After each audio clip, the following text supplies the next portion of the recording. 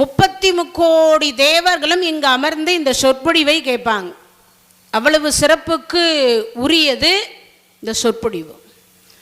ஏதோ சும்மா நம்ம உட்காந்து கேட்குறோமே அது மட்டும் இல்லை. மனிதர்கள் மட்டும்தான் கேட்குறாங்களான்னா இல்லை, உடனே சொல்லிடாதீங்க. இந்த தமிழ்நாட்டில் கிட்டத்தட்ட ஒரு 4000 கோயில் இருக்குது. 4000 கோயில்லையும் சொற்பொழிவு நடக்குமே. தனுர் மாதத்தில் 33 தேவர்கள் 4000 கோயிலுக்கும் போவாங்களா? ஏன்னா நம்ம ஆட்கள் கேட்குற கேள்வினாவே கொஞ்சம் அப்படி ஒரு மாதிரி தான் கேட்பாங்க. நம்மளால் எல்லாம் ஒரு அவதாரம் தான் எடுக்க முடியும். நம்மெல்லாம் ஒரு அவதாரம், அவங்க எல்லாம் பல அவதாரம் எடுப்பாங்க. பகவானை பார்த்து நாரத மகரிஷி கேட்டார், ஐயா 16,008 மனைவியை வச்சுண்டு எப்படி தான் குப்பை கொட்டுறீங்கோன்னார். என்னால் ஒன்றை வச்சியே சமாளிக்க முடியலையே, 16,008 அப்படின்னு சொல்லி கேட்டார். அதற்கு பகவான் சொன்னார், நாரதா எங்கன்னா போனமான்னார். இல்லை சுவாமி, இங்கே தான் இருக்கணும், இன்றைக்கி வேலை இங்கே தான். அப்படியா, சரி. அப்போன்னா என் கூட வரையா, ஒரு 5 நிமிஷம் போயிட்டு வரலாம். எங்கே சுவாமி? நீ தான் சொன்னியே 16,008ன்னு. அந்த 16,008 மனைவி வீட்டுக்கும் போயிட்டு வரலாம் வா. 16,008 மனைவி வீட்டுக்கும் போனார். இந்த நாரதர் கூட ஒரு கிருஷ்ணர் இருக்கிறார். 16,008 மனைவி கூடவும் ஒரு கிருஷ்ணர், ஒவ்வொரு கிருஷ்ணர் இருக்கிறார் எல்லா வீட்லேயும். கிருஷ்ணா, இங்கே இருக்கிறவர் நான் தான், அங்கே இருக்கிறவர் நான் தான். நம்மால் 16,008 வடிவத்தை எடுக்க முடியாது. அப்போ தேவர்கள் எடுப்பார்களான்னா எடுக்கலாம். எங்கெல்லாம் சொற்பொழிவு நடக்குதோ, இந்த பகவானுடைய நாமங்கள் நடக்குதோ, நாமாவளி நடக்குதோ, புராணங்கள் நடக்குதோ, இந்த தனுர் மாதத்தில் அந்த இடத்தில் எல்லா இடத்திலும் 33 தேவர்கள் காற்றோடு காற்றாக, மண்ணாக, நீராக, நெருப்பாக, ஆகாயமாக ஏதோ ஒரு ரூபத்தில் அவர்கள் கேட்டு கொண்டே இருப்பாங்களா அந்த புராண கதைகள் எல்லாம். அவங்களோடு சேர்த்து நாமும் உட்கார்ந்து இதை கேட்பதற்கு புண்ணியம் பண்ணால் கேட்கலாமா? அப்படின்னா பாருங்க, புண்ணியம் செய்தவர்களுக்கு மட்டும்தான் அந்த பாக்கியம். உடனே கேட்டுறாதீங்க. அப்போ வராதவங்களுக்கெல்லாம் அது கிடைக்காத. நம்ம ஐஆர் ஐசெட் மூலியமாக கிடைக்குது. அதுக்கும் இறைவன் வழிவகுத்துகிறார். ஏன்னா இது கலியுகம் அல்லவா? எந்த அளவுக்கு தீமைகள் இருக்கோ அந்த அளவுக்கு நன்மைகளும் இறைவன் சேர்த்தே வச்சிருக்கிறார். ஒரு காலத்தில் வீடியோ கிடையாது, செல்போன் கிடையாது, அதிலெல்லாம் பார்க்க முடியாத காலம் இருந்தது. ஆனால் இப்பெல்லாம் லைவ் டெலிகாஸ்ட், நேரடி ஒளிபரப்புன்னு ஒன்று விட்டுட்டாங்க. அதனால் இப்போல்லாம் எங்கேருந்து வீட்டில் உட்கார்ந்த வாக்கிலேயே உள்ளங்கை அளவு இருக்கக்கூடிய செல்போன்லேயே பார்த்துக்கலாம். அந்த அளவுக்கு கொடுத்துட்டாங்க. இருந்தாலும் கோயிலில் கேட்டால் எவ்வளவு புண்ணியம். ஏன்னா நம்ம வீட்டில் நம்ம சோபாவில் உட்காந்துட்டு கேட்குறதுக்கும் கோயிலில் உட்காந்து காலை மடக்கி உட்காந்து கேட்குறதுக்கும் வித்தியாசம் இருக்குது. கோயிலில் எவ்வளவு நேரம் அமர்ந்திருக்கின்றோமோ அதெல்லாம் புண்ணிய காலம். அதெல்லாம் எப்போவுமே பார்த்தீங்கன்னா நீங்கள் நினைக்கிற மாதிரி ஸ்டேட் பேங்க்கு, இந்தியன் பேங்க்கு, ரிசர்வ் வங்கி இதெல்லாம் சேமிப்பு வச்சுக்கிறீங்கன்னு அர்த்தம். கஜானாவை சேமித்து வைக்கிற மாதிரி இந்த திருவருளையும் சேர்த்து வச்சுக்கிறோன்னு அர்த்தம். இந்த திருவருள் சேர்த்து வச்சுக்கிறோம்.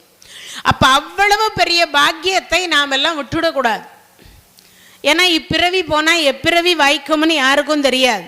அது மட்டும் இல்லை, நிறைய தாய்மார்கள் தந்தைமார்களுக்கு என்ன ஒரே கவலைன்னா, நமக்கு பின்னாடி நம்ம பிள்ளைங்க கஷ்டப்படக்கூடாது. எல்லாரும் நாம் படிக்காத படிப்பை என் பிள்ளை படிக்கணும், நாம் படிக்காத படிப்பை என் மகள் படிக்கணும், நாம் பட்ட கஷ்டத்தை என் மகள் படக்கூடாது. எல்லா தாயும் தந்தையும் நினைக்கக்கூடிய ஒரே வார்த்தை என்னென்னா இதுதான். எல்லாருடைய கவலையும் இதாக இருக்கும். ஆனால் எல்லாரும் என்ன நினைக்கிறேன்னா, ஒரு 10 வீடு கட்டி வச்சுட்டு அதிலிருந்து வர வருமானம், 10 கடவை கட்டி வச்சுட்டு வருமானம், ஒரு 4 கோடி ரூபாய் சொத்து சேர்த்து வச்சுட்டா அதிலிருந்து வருமானம், இதெல்லாம் வச்சுட்டா மட்டும் குழந்தைகள் நலமாக இருப்பாங்களான்னா சத்தியமாக கிடையாது. அதுக்கு ஒன்று இறைவன் என்ன பண்ணணும், ஆயுள் கொடுக்கணும், அதை அனுபவிக்கிறதுக்கு, இல்லை அதை வாழ்வதற்கு. சரி, அதையும் கொடுத்துருக்கிறார். நோய் கொடுத்துட்டா என்ன பண்ணுறது? அதையும் அனுபவிக்க முடியாது. சரி, இவ்வளவும் கொடுத்துட்டு தீமையான வழி, தீய நண்பர்கள் சவகாசம் இருந்தால் என்ன பண்ணுறது? எல்லாம் கொடுக்கணும் இல்லையா? நிறைய எல்லாம் கொடுத்துருக்கிறார், அறிவை கொடுக்கல, மூளை வளர்ச்சி இல்லை. அந்த குழந்தைய வச்சு என்ன பண்ண முடியும்? யோசித்து பாருங்க. அப்போ இதெல்லாம் தவிர்த்து நலம் என்று சொல்லக்கூடியதை நம்மால் அனுபவிக்க முடியும். அதுக்கு தான் இந்த சொற்பொழிவு. இதெல்லாம் மறந்துடக்கூடாது அப்படிங்கிறதுக்காகவும் நினைவுபடுத்தும் விதமாகவும் இறைவன் என்றோ நடத்திய திருவிளையாடலை இதன் மூலியமாக இன்றைய தினத்தில் கேட்க வேண்டும் என்று ஏற்கனவே பிரம்மாவினுடைய திருக்கரத்தால் எழுதப்பட்டது. இந்த நேரத்தில், இந்த காலத்தில் வரும்போது கூட ஒரு 4-5 பேர் ஃபோன் பண்ணி கேட்டா, மழை தூருதே, எங்கே உட்கார்றதுன்னா, மண்டபத்தில் உட்காரலான்னு. தண்ணி நிற்குமேன்னு சில பேர் கேட்டா. அதெல்லாம் நிற்காது, மண்டபம் கொஞ்சம் ஹைட்டாக தான் இருக்குன்னு. கீழே வேணா நிற்காது. இல்லை, நாகராஜன் ஐயாக்கிட்ட ஒரு ஃபோனை பண்ணி கேட்டுட்டு அப்படின்னா, அப்படி ஏதாவது இருந்தால் அவரே ஃபோன் பண்ணி சொல்லுவார், நான் கேட்கக்கூடாதுன்னு. எதுக்கு இதை சொல்கிறேன்னா, ஒரு நிகழ்ச்சி ஏற்பாடு செய்வது அவ்வளவு கடினம். ஒரு நிகழ்ச்சி ஏற்பாடு செய்ததுக்கு அப்புறம் தவிர்க்க முடியாத சூழல் வந்தால் மட்டும்தான் இதை நிறுத்தணும், இல்லைன்னா நிறுத்தக்கூடாது. ஏன்னா நீங்கள் ரெடியாகி உட்கார்ந்துருக்கிற மாதிரி திருக்காரணீஸ்வரரும் சொர்ணாம்பிகை தியாகராஜர்லேருந்து இருக்கக்கூடிய பரிவார தேவதைகள் அத்தனை பேரும் இந்த தனுர் மாதம் எப்படியும் சொற்பொழிவு நடக்கும், அதனால் உட்கார்ந்து கேட்கலான்னு அவங்களும் காதை ஓப்பன் பண்ணி வச்சுட்டு உட்கார்ந்துருக்கா. யார்? நம்மள மாதிரி அவங்களும் உட்கார்ந்துருக்குறாங்க. அதனால் எக்காரணத்தை கொண்டு இடைவிடாது இந்த சொற்பொழிவு நடக்கணும் என்பதுதான் நியதி. அதனால தான் முடிஞ்ச வரைக்கும் இதை நடத்தணும் அப்படிங்கிறதுனால. அதனால் இது தனுர் மாதம், உள்ளம் என்கின்ற உயர்வான இடத்தில் இறைவனை வைத்து பூஜை செய்யக்கூடிய மாதம். இதனுடைய திருவருளை பெற வேண்டும் என்கின்ற பாக்கியம் இருக்கக்கூடிய அடியார் பெருமக்கள் நிச்சயமாக நம்ம எல்லாம் மிகப்பெரிய ஏதோ ஒரு ஜென்மத்தில் புண்ணியம் பண்ணியிருக்கோம். நேற்றைக்கு சொன்னேன், பாபநாசம் 34வது தலம், திருநெல்வேலி மாவட்டத்திலிருந்து 49 கிலோமீட்டர் தொலைவில் தென்காசிக்கு போகக்கூடிய வழியில் இருக்கின்றது என்பதை சொன்னோம். தென்காசியில் இருந்து 39 கிலோமீட்டர் தொலைவில் இந்த பாபநாசம் இருக்கின்றது. தாமிரபரணி என்று சொல்லக்கூடிய ஆற்றங்கரைக்கு பக்கத்தில் இருக்கக்கூடிய அற்புதமான ஒரு தலம். சரி, இந்த தலம் எப்படி உற்பத்தி ஆனது? ஒரு கேள்வி வரும். இந்த தலம் எப்படி உற்பத்தி ஆனது அப்படின்னு பார்த்தா, அகத்திய மகரிஷி பார்வதி திருக்கல்யாணம் ஏற்கனவே சொல்லி இருந்தாலும் சும்மா கொஞ்சம் ஷார்ட்டாக உங்களுக்கு சொல்கிறேன். திருமாலாக இருக்கக்கூடிய திருமாலுடைய உந்தியில் பிறந்தோன் யார்? நான்முகன். நான்முகனுடைய இடத்திலிருந்து தட்சன் என்கின்றவன் பிறந்தான். பிறந்த உடனே அப்பா கிட்ட கேட்டான், அப்பா அந்த உலகத்தில் எந்த கடவுள் சிறந்த கடவுள்? ஏன்னா இப்போ எல்லாருக்கும் ஒரு கேள்வி அதுதான். சிவபெருமான் கொடுப்பாரா, திருமால் கொடுப்பாரா, மகாலட்சுமி கொடுப்பாங்களா, பிள்ளையார் கொடுப்பாங்களா? இப்போ புதுசாக ஒரு அம்மா கிளம்பி இருக்கிறா, வராகின்னு. வாராகின்னு எல்லா கோயில்லையும் இப்போ வாராகி பிரதிஷ்டை நடந்துட்டுருக்கு. அப்போது காரணீஸ்வரர் கொடுக்காததை வாராகி கொடுத்துடுவாளா?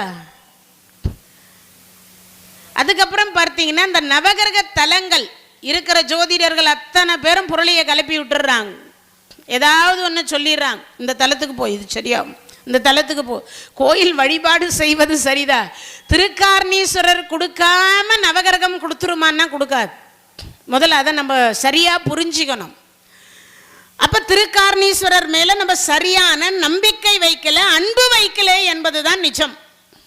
பக்தி செலுத்தல நிஜம். கர்மாவை யாராலையும் தீர்க்க முடியாது. நம் கர்மாவை நாம் தீர்த்தே ஆகணும். அப்படி தீர்க்க முடியலைன்னா அதுக்கு ஒரு கர்மா, மறுபடியும் அதுக்கு ஒரு பிறவி எடுத்தே ஆகணும். நமக்கு துன்பம் வருதுன்னு நிறைய பேர் மனசுக்குள்ளே நினச்சிக்கிறீங்க. இந்த துன்பம் இந்த ஜென்மத்தில் நீங்கள் தீர்க்கலைன்னா அதுக்கு ஒரு ஜென்மம் எடுக்கணும். சந்தோஷமாகவே இருந்துட்டா, லைஃப் சந்தோஷமாகவே இருந்துட்டா அது சுவாரஸ்யமாக இருக்கும்னு நினைக்கிறீங்களா? சந்தோஷமாக இருந்தால் யாரும் கோயிலுக்கு வர மாட்டீங்க. சந்தோஷமாக இருந்தால் யாரும் எதுக்குமே போக மாட்டோம். அந்த எல்லாமே கிடைச்சிட்டதுன்னா அப்புறம் இறைவனுக்குன்னு என்ன மரியாதை இருக்குது? யோசிச்சு பாருங்க, இறைவனுக்குன்னு என்ன மரியாதை இருக்க முடியும்? அப்போது இறைவனை தேடணும், இறை தேடுவதோடு இறைவனையும் தேடணும் என்பதுதான் மனிதர்களுக்கு விதிக்கப்பட்டது. எந்த ஆடு மாடு பாம்பு பல்லி பூரா தேளு இதெல்லாம் ஏதாவது கோயிலுக்கு வருதா?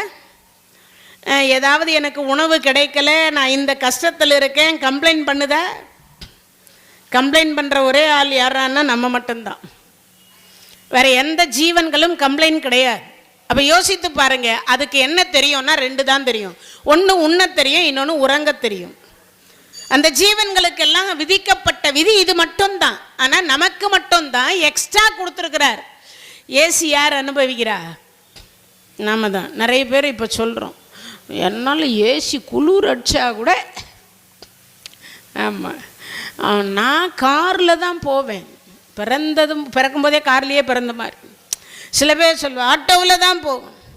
சில பேர் சொல்லுவாங்க நான் இந்த சாப்பாடு தான் சாப்பிடுவேன், இல்லைன்னா வேறெல்லாம் சாப்பிடுவேன். இதெல்லாம் இந்த உடம்பினுடைய சுகம். ஏற்கனவே நம்மளுடைய அனுபவித்து அப்போ இதெல்லாம் யார் அனுபவிக்கிறான்னு நாம தான் அனுபவிக்கிறோம். அப்போ இதற்குரிய கர்மாவை யார் அனுபவிப்பா? நாம தானே அனுபவிக்கணும். அதனால மனிதர்கள் செய்யக்கூடிய பாவம் என்று சொல்லக்கூடியது, இந்த பாபநாசம் போனால் தலத்தை மிதிச்சாவே, அப்புறம் தாமிரபரணி ஆற்றுல குளிச்சு, அப்புறம் அங்கே இருக்கக்கூடிய சிவபெருமானை தரிசனம் பண்ணி, அங்கே இருக்கக்கூடிய அம்பாலை தரிசனம் பண்ணாலாம் எவ்வளவு கிடைக்கும்னு யோசிக்கணும். அப்போது ஒவ்வொரு மனிதர்களும் இந்த பாபநாசம், ஏன்னா நீங்களாம் அதர் ஸ்டேட்டுக்கு போய் தரிசிக்க முடியலன்னா கூட நம்ம ஸ்டேட்டுக்குள்ளே இருக்கக்கூடிய இறைவனையாவது தரிசனம் பண்ணிடணும். 51 சக்தி பீடங்கள். இந்த 51 பீடத்தில் உலக நாயகி உலகம்மை என்று போற்றக்கூடிய வல்லமை படைத்தவள் அந்த திருநெல்வேலி தலத்தில் இருக்கக்கூடிய அம்பாள். நதி ரூபமாகவும் இருக்கின்றாள், உலகம்மை என்கின்ற பெயரோடும் இருக்கின்றாள். விமலை பீடம் என்பது அந்த பீடத்தினுடைய பெயர். 34வது பீடம் 51 சக்தி பீடத்தில். இப்போ தட்சன் என்று சொல்லக்கூடியவன் கடவுள் சிறந்தவரா கேட்டான் ஒரு கேள்வி. என்ன கேள்வி கேட்கிறான்? விஷ்ணுவனுடைய மகன் பிரம்மா, பிரம்மாவினுடைய மகன் தட்சன். தட்சன் கேள்வி கேட்டான், உலகத்தில் சிறந்த கடவுள் யார்? சிவனோடு ஒக்கும் தெய்வம் தேடினும் இல்லை, அவனோடு ஒப்பர் இங்கு யாவரும் இல்லை, புவனம் கடந்து பொன்னொலி மின்னும் தவன சடைமுடி தாமரை யானே. சிவபெருமானுக்கு ஈடு இணையான ஒரு தெய்வம் இருக்குன்னா அது சிவபெருமான். ஏன் மாணிக்க வாசக பெருமான் சொல்றார், ஆதியும் அந்தமும் எல்லா அருப்பெரும் ஜோதியை யாம்பாட கேட்டேயும். தோற்றம் இல்லாதவர், முடிவில்லாதவர் யாரு? சிவபெருமான். அப்பனா என்ன அர்த்தம்? இன்னொன்று, யார் மேலேயும் வெறுப்பையும் காட்ட மாட்டார், யாருக்கிட்டையும் அதிகமாக நெருக்கமாகவும் இருக்க மாட்டார். நாம் அவரை நெருங்க நெருங்க நெருங்க நெருங்க தான் அவர் நமக்கு என்ன கொடுக்கணும்னு நினைக்கிறாரோ அதை சத்தியமாக தருவார். 21 தலைமுறைக்கு தருவார். இதான் நிஜம். எல்லா கடவுளும் ஒரு ஜென்மத்துக்கு கொடுப்பார், சிவபெருமான் மட்டும் 21 தலைமுறைக்கு கொடுப்பார். கொடுத்தா திருப்பி ரிட்டர்ன் வாங்காத ஒரு கடவுள் இருக்கிறார் அப்படின்னா அது சிவபெருமான். அப்போ மற்றவங்கெல்லாம் கொடுத்தா வாங்கிடுவாங்களான்னா கண்டிப்பாக காத்தால கொடுத்தா சாயங்காலம் வாங்கிடுவாங்க. 30 வருஷம் சுகத்தை கொடுப்பார், 30 வருஷம் கஷ்டத்தில் விட்டுருவார். எல்லா கடவுளும் இதான். ஆனால் சிவபெருமான் கொடுக்கறதுக்கு முன்னாடி பல வாட்டி ஆராய்ச்சி பண்ணுவார். ஆராய்ச்சி பண்ணதுக்கப்புறம் கொடுத்துட்டார்னா எக்காரணத்தை கொண்டும் வாபஸ் வாங்க மாட்டார். வச்சுக்கோ, நல்லா வச்சுக்கோ. அப்படி கொடுக்கிறவர் தான் சிவபெருமான். அதனால சொன்னார், கொடுத்தா வாங்காத கடவுள், தோற்றம் முடிவில்லாத கடவுள் சிவபெருமான்னார். உடனே கொடுத்துட்டு நேராக போனான் தட்சன். 1000 வருஷம் உட்கார்ந்து தவம் பண்றான். சிவசிவ என்கிலர் தீவினையாளர், சிவசிவ என்றிட தீவினை மாலும், சிவசிவ என்றிட தேவரும் அவர், சிவ சிவ என்ன சிவகதி தானே. சுந்தரமூர்த்தி சுவாமிகள் சொல்றார், பொன்னும் மெய்ப்பொருளும் தருவானை, போகமும் திருவும் புணர்ப்பானை, பின்னை என் பிழையை பொறுப்பானை, பிழையலாம் தவிர பணிப்பானை, இன்ன தன்மை என்று எரிவொன்னா எம்மானை, எளிய வந்த பிரானை. எளிமையா வரக்கூடிய ஒரு பெருமான்னா சிவபெருமான்.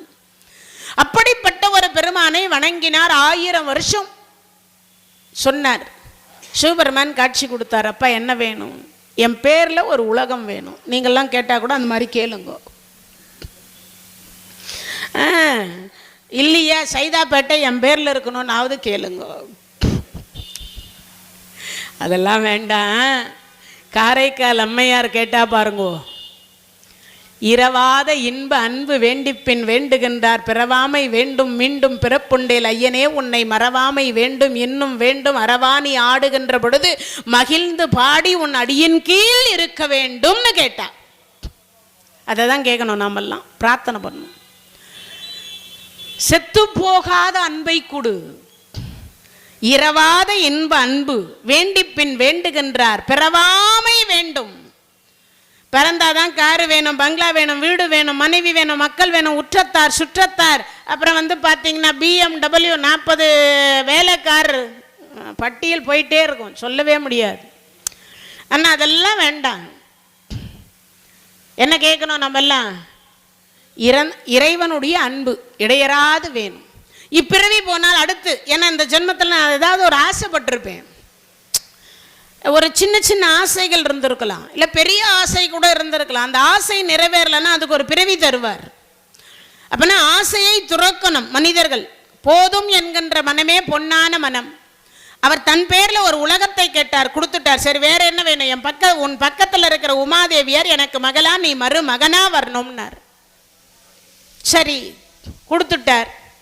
முதல்ல ஒரு குழந்தைய வேதவதியை கல்யாணம் பண்ணார்.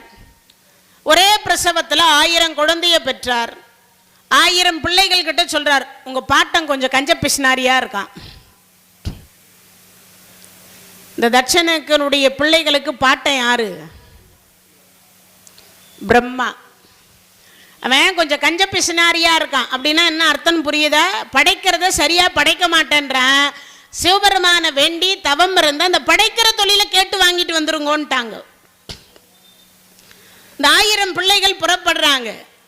நான் சொல்றது கதை புரியும்னு நினைக்கிறேன்.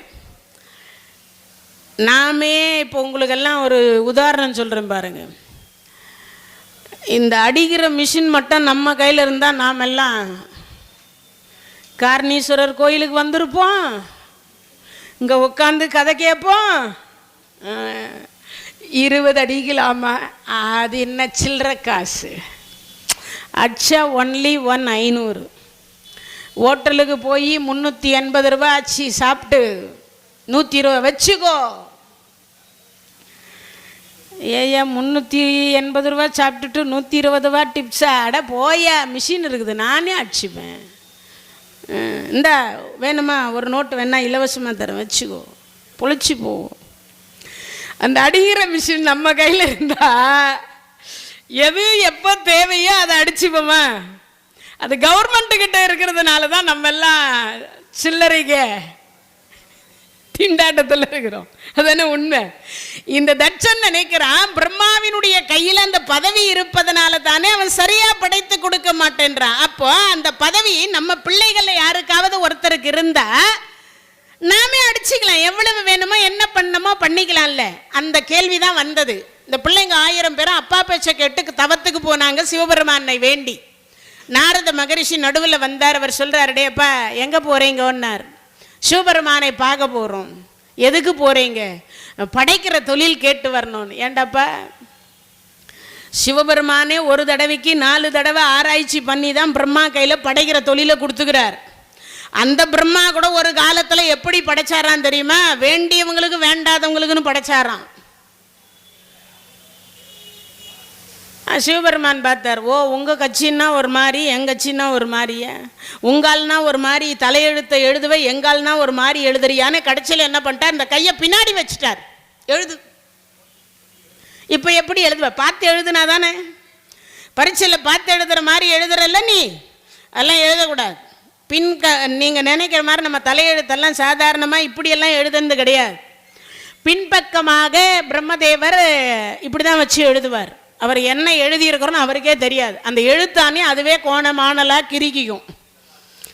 அதான் தலையெழுத்து, அதான் தலையெழுத்து. அப்போ யோசிச்சு பாருங்க, ஏற்கனவே அத்தனை ஆராய்ச்சி பண்ணி கொடுத்துக்கிறாரு. அதுலேயும் அவருக்கு கொஞ்சம் கர்வம் வந்துருச்சு. நான் படைக்கலன்னா இந்த 2 பேருக்கு வேலை இல்லைன்னு அவருக்கு கொஞ்சம் கர்வம் வந்தது. ஏன்னா அப்பா இருந்த பிரம்மாவுக்கு 5 தலை. அதையே பார்த்தார். கால பைரவரை கூப்பிட்டு வச்சு ஒரு தலையை கிள்ளி எறிஞ்சிட்டார். அப்போதான் இவருக்கு மானா கானா குறைஞ்சதான். யாருக்கு? அந்த பிரம்மாவுக்கு.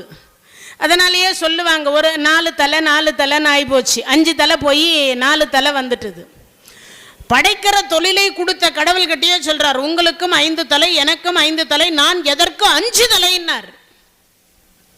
இப்படி பிரச்சனை வந்துருச்சு. இப்போ நாரதர் சொல்றார் இந்த கதையை. ஏற்கனவே ஒருத்தன் அப்படிதான் வாங்கிட்டு போய், உன் பாட்டனுக்கே ஒரு தலை இல்லாமல் போச்சு, உங்க அப்பா இந்த கதையெல்லாம் சொல்லலையான்னார். படும்பாவி தவம் பண்ணிட்டு வரத்தை மட்டும் வாங்கிட்டு வான்னு சொன்னாரு. ஆனால் அந்த கதையெல்லாம் சொல்லலை. நாரதரே, நல்ல நேரத்தில் நல்ல விஷயம் சொன்னீங்க, என்ன இப்போ நாங்கள் பண்ணணும்? காமதேனு என்று ஒரு பசு உண்டு, அதுகிட்ட போய் காடி நீர் கேட்கக்கூடாது. காடி நீர்னா என்னது? அரிசி கழுவின தண்ணிக்கு காடி நீர்னு பேர். கண்ணாடி துண்டை போய் கற்பக விருட்சத்தினிடத்துல போய் கேட்கக்கூடாது. 10 ரூபா கொடுத்தா ஏத்தாப்புல உள்ள கடைக்காரன் கொடுப்பார் இல்லையா? கண்ணாடி துண்டு. தவம் பண்ணி கற்பக விருட்சம் தோன்றுகிறது. அந்த கற்பக விருட்சத்துக்கிட்ட என்ன நம்ம கேட்கணுமோ அதை தானே கேட்கணும். அதெல்லாம் வேணாம், எனக்கு முகம் பார்க்குற கண்ணாடி கொடு, நான் கேட்போம். அப்போ எதை கேட்கணும்? சிவபெருமான் முக்தி தரக்கூடிய கடவுள், அவர்கிட்ட முக்தியை கேளுனாங்க. போனாங்க, தவம் பண்ணாங்க, முக்தியை கேட்டாங்க. சிவபெருமான் வாங்க, வந்ததும் உன்னை கையோட கூட்டு போயிடன்னு கைலாசத்துக்கு கூட்டு போயிட்டார். சிவபெருமான் மேலே கொஞ்சம் கோபம் வந்தது தட்சனுக்கு. 2வது வாட்டி பார்த்தா இன்னொரு 1000 புதல்வர்களை பெறுவோம். அவங்களும் நாரத மகரிஷி பேச்சை கேட்டு மறுபடியும் போயிட்டாங்க கைலாசத்துக்கு. இப்போ 2 போச்சு. ஆண் குழந்தைய பெத்தாதானே இந்த பிரச்சனை. இந்த 2000 குழந்தைகளையும் முக்தி அடைய வச்சார் இல்ல, அதுக்கு கொடுத்தது தான் சாபம். யார் கொடுத்தது? தட்சன் கொடுத்த சாபம் தான் நாரத மகரிஷி. ஒரு நிமிஷத்துக்கு மேலே எந்த இடத்துலையும் ஒரு நாள் கூட தங்க மாட்டார் முழுசா. அவர் தான் சொன்னார், திரிலோக சம்சாரியா போக கடவது கொடுத்துட்டார். ஒரு நிமிஷத்துக்கு மேல நாரதரால எந்த இடத்துலையும் இருக்க முடியாது. இது கொடுத்த சாபம் கொடுத்தவர் தட்சன். இப்ப பார்த்தார், ஆம்பளை குழந்தைய பெத்தாதான பிரச்சனை, பொம்பளை பிள்ளைய பெத்துப்போம். 50 பெற்றார். 50ல் யமதர்ம ராஜாவுக்கு 10 கொடுத்தார். அதுல முதல் மனைவியினுடைய பெயர் தான் நீங்க சொல்லக்கூடிய ஐயோ ஐயோ. வயிற்று வலி வந்தா கூட கார்ணீஸ்வரா, சொர்ணாம்பிகை, முருகான்னு சொல்றது கிடையாது. ஐயோ வயிற்று வலிக்குதே அப்படிதான் சொல்றோம். ஒரு பொருள் கீழே கொட்டிடுச்சுன்னா கூட அப்ப கூட என்ன சொல்றான்? ஐயோ கொட்டிக்கிச்சே அப்படின்னு தான் சொல்றோம். அப்ப கூட யாரும் முருகா கண்டா எதையும் சொல்றது இல்லை. ஆனா இனிமேலாவது சொல்லாம இருங்க. யமதர்மராஜா அவர் பொண்டாட்டி பேரை அவரே இன்னைய வரைக்கும் சொல்லலையாம். ஆனா நாம தான் வேண்டாத கூட்டுன்னு இருக்கிறோம். ஒன்றும் இல்லை, சீட்டை கிழிச்சு அந்த லோகத்துக்கு கூட்டிகிட்டு போவாங்க. இப்போ புரிஞ்சிருக்கும்னு நினைக்கிறேன். இப்போ 13 பெண் பிள்ளைகள், 10 யமதர்மராஜா கொடுத்தார். 13 பெண் பிள்ளைகளை காசிபருக்கு கொடுத்தார். திதி அதிதி துரியை அப்படின்னு சொல்ல வருது இல்லையா, அதுதான் இந்த திதியை. 13 திதிமார்கள். அந்த திதியை வைத்து தான் இறந்தவர்களுக்கு நீங்கள்லாம் திதி கொடுக்கணும். தெரிஞ்சு வச்சுக்கணும். எல்லாரும் எதை வச்சு திதி கொடுக்குறா தெரியுமா? டேட்டை வச்சு திதி கொடுக்குறா. ஏப்ரல் 20 இந்த தேதி, ஒன்று தமிழ் தேதி இல்லைன்னா இங்கிலீஷ் தேதி. ஆனால் இல்லை, திதி என்று சொல்லக்கூடியது எது அப்படின்னா அமாவாசையா, அதுக்கடுத்து வரக்கூடிய அந்த திதியை துரியை அப்படின்னு சொல்லிட்டு சப்தமியா அஷ்டமியா நவமியா இதில் தான் வரணும் எல்லாமே. சஷ்டியா இதெல்லாம் வச்சுக்கணும். பஞ்சமியான்னு பார்த்துக்கணும். அந்த திதி அமாவாசை கழித்து எந்த திதியில் உயிர் போச்சு இல்லை அமாவாசையில் போச்சா, இதுக்கு பேர் தான் இந்த அமாவாசையும் பௌர்ணமிக்கும் இடைப்பட்டதில் வரக்கூடியதற்கு பெயர் திதின்னு பேர். இதை வச்சு தான் திதி கொடுக்கணும் இறந்தவர்களுக்கு. ஆனால் நாம் ஒன்று இது தெரியாதுன்றதுனால அமாவாசையில் கொடுக்க சொல்லி முன்னோர்கள் நமக்கு நீதி வகுத்து கொடுத்தாங்க. இப்போ இவர் பார்த்தார், 13 பெண் பிள்ளைகளை கொடுத்துட்டார். இப்போ 23 போச்சு, மீதி 27. அதுதான் சந்திர பகவானுக்கு கொடுத்து, சந்திர பகவான் ஒரு மனைவி இடத்துல அன்பை செலுத்தினார், மற்ற 27 பேர் இடத்துல அன்பை செலுத்தலை. இப்படி போச்சு கதை. இப்போ அந்த ரோகிணி என்கின்றவர் இடத்துல மட்டும் அன்பை செலுத்திட்டு 27 பேர்கிட்ட அன்பை 26 பேர்கிட்ட அன்பை செலுத்தாததுனால தட்சன் கூப்பிட்டு வச்சு சாபம் கொடுத்தார். இப்போ பார்த்தார், 50 பெண் பிள்ளைகளையும் தாரவாத்து கொடுத்துட்டோம். ஆனால் 2வது வர இன்னும் பேலன்ஸ் இருக்கேன்னு உட்காந்து தவம் பண்ணார். அவர் தவம் பண்ணுறதுக்கு ஆப்போசிட்டில் ஒரு குளம் இருந்தது. அந்த குளத்தில் 1008 இதழ் கொண்ட ஒரு தாமரை பூத்தது. இது சிவபெருமான் கொடுத்த வரம்னு நினச்சி அந்த தாமரையை கையில் எடுத்தார். குழந்தையா மாறிவிட்டா. யார்? சிவபெருமான் பக்கத்தில் இருக்கக்கூடிய அம்பாள் குழந்தையா மாறினா. இந்த மாதிரி அடுத்த வினாடி பார்த்தார். அப்படி கையில் எடுத்த உடனே உச்சி மோந்து முத்தமிட்டு, பிள்ளைகளே தீர்க்க வந்த பெருமாட்டி கண்வலராய்னு சொல்லி வேதவதி கிட்ட கொண்டு போய் கொடுத்தார்.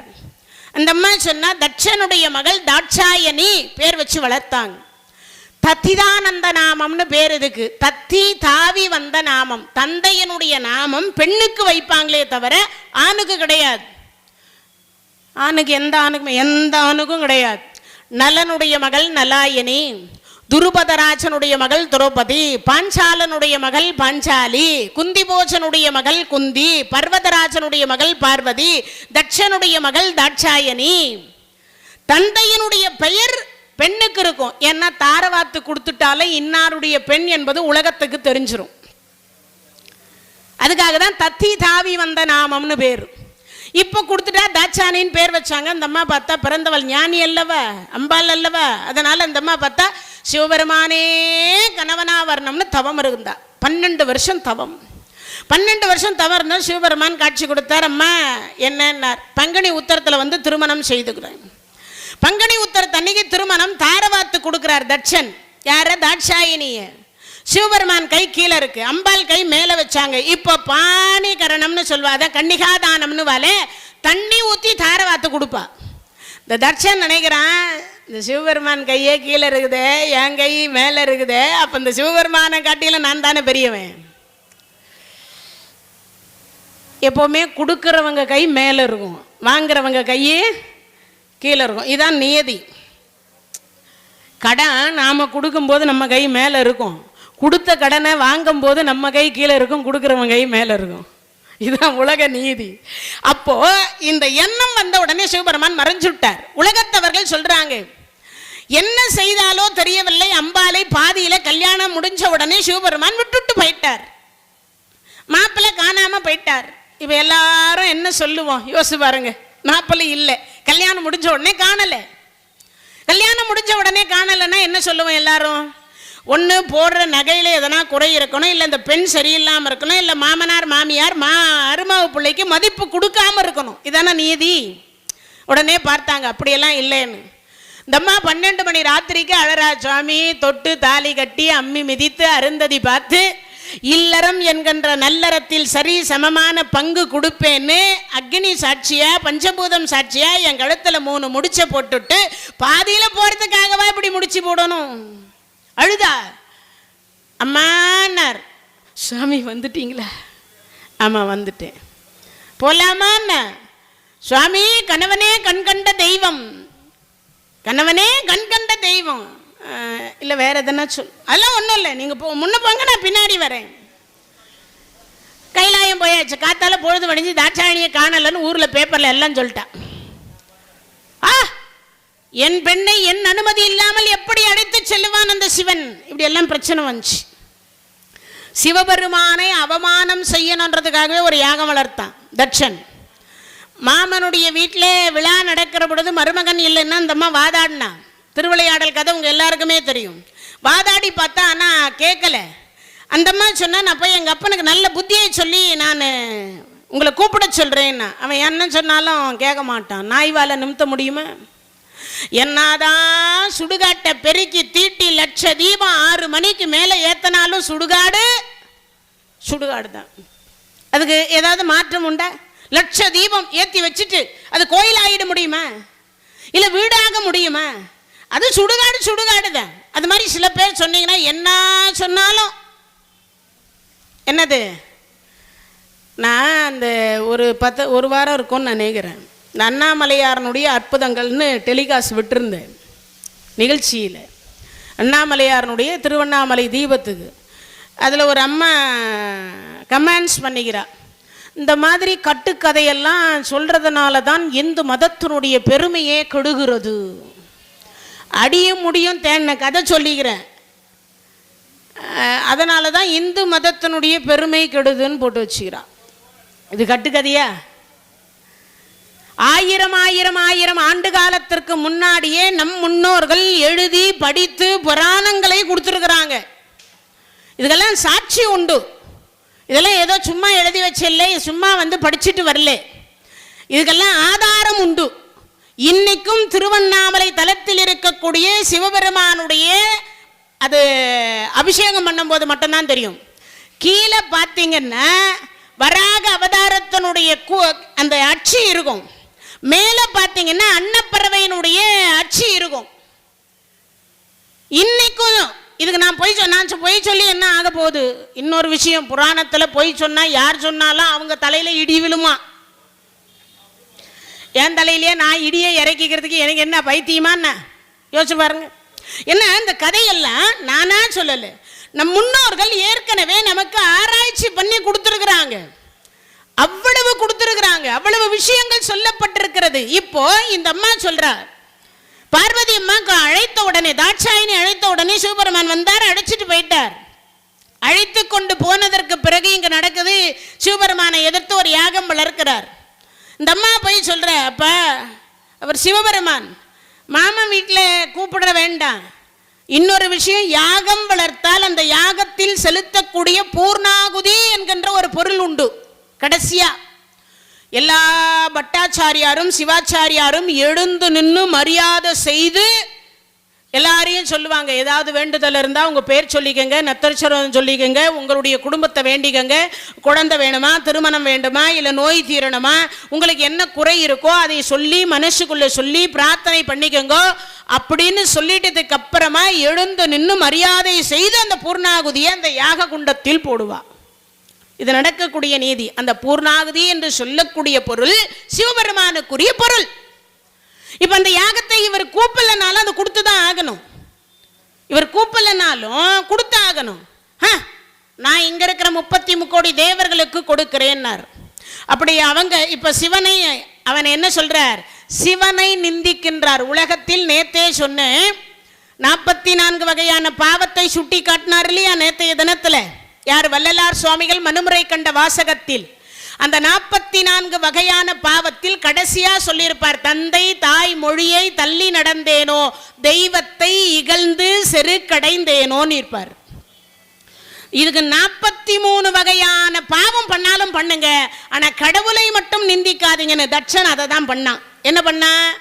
அவன் சுடையாண்டி, அவன் பித்தன், அவன் பேயன், அவனுக்கு ஆடை கிடையாது, அவன் புலித்தோலை கட்டின்னு இருக்கான், அவனுக்கு வீடு கிடையாது, அவன் சுடுகாட்டில் இருக்கிறவன், இப்படி எல்லாம் பேசினார். இப்போ இதை பேசுகிற பொழுது இது சொல்றது தட்சன் தான் சொன்னார். ஆனால் நம்ம அதை பேசுகிற பொழுது கேட்குற பொழுது என்ன சொல்லணுமா? சிவசிவான்னு சொல்லணுமா? சிவனை நிந்திக்கின்ற பொழுது யாராவது கடவுள் இல்லை, கடவுளே இருந்தால் கண்ணுக்கு தெரிய மாட்டாரா, நான் தான் கடவுள், அது உள்ள இருக்கிறது வெறும் கல்லு கட்டை அப்படின்னா காதை பொத்திண்டு சிவசிவான்னு சொல்லணும். இதுக்கு ஒரு பாவம் வருமா? தெய்வத்தை நிந்தித்தாலும் அதனுடைய பாவம் வருமா?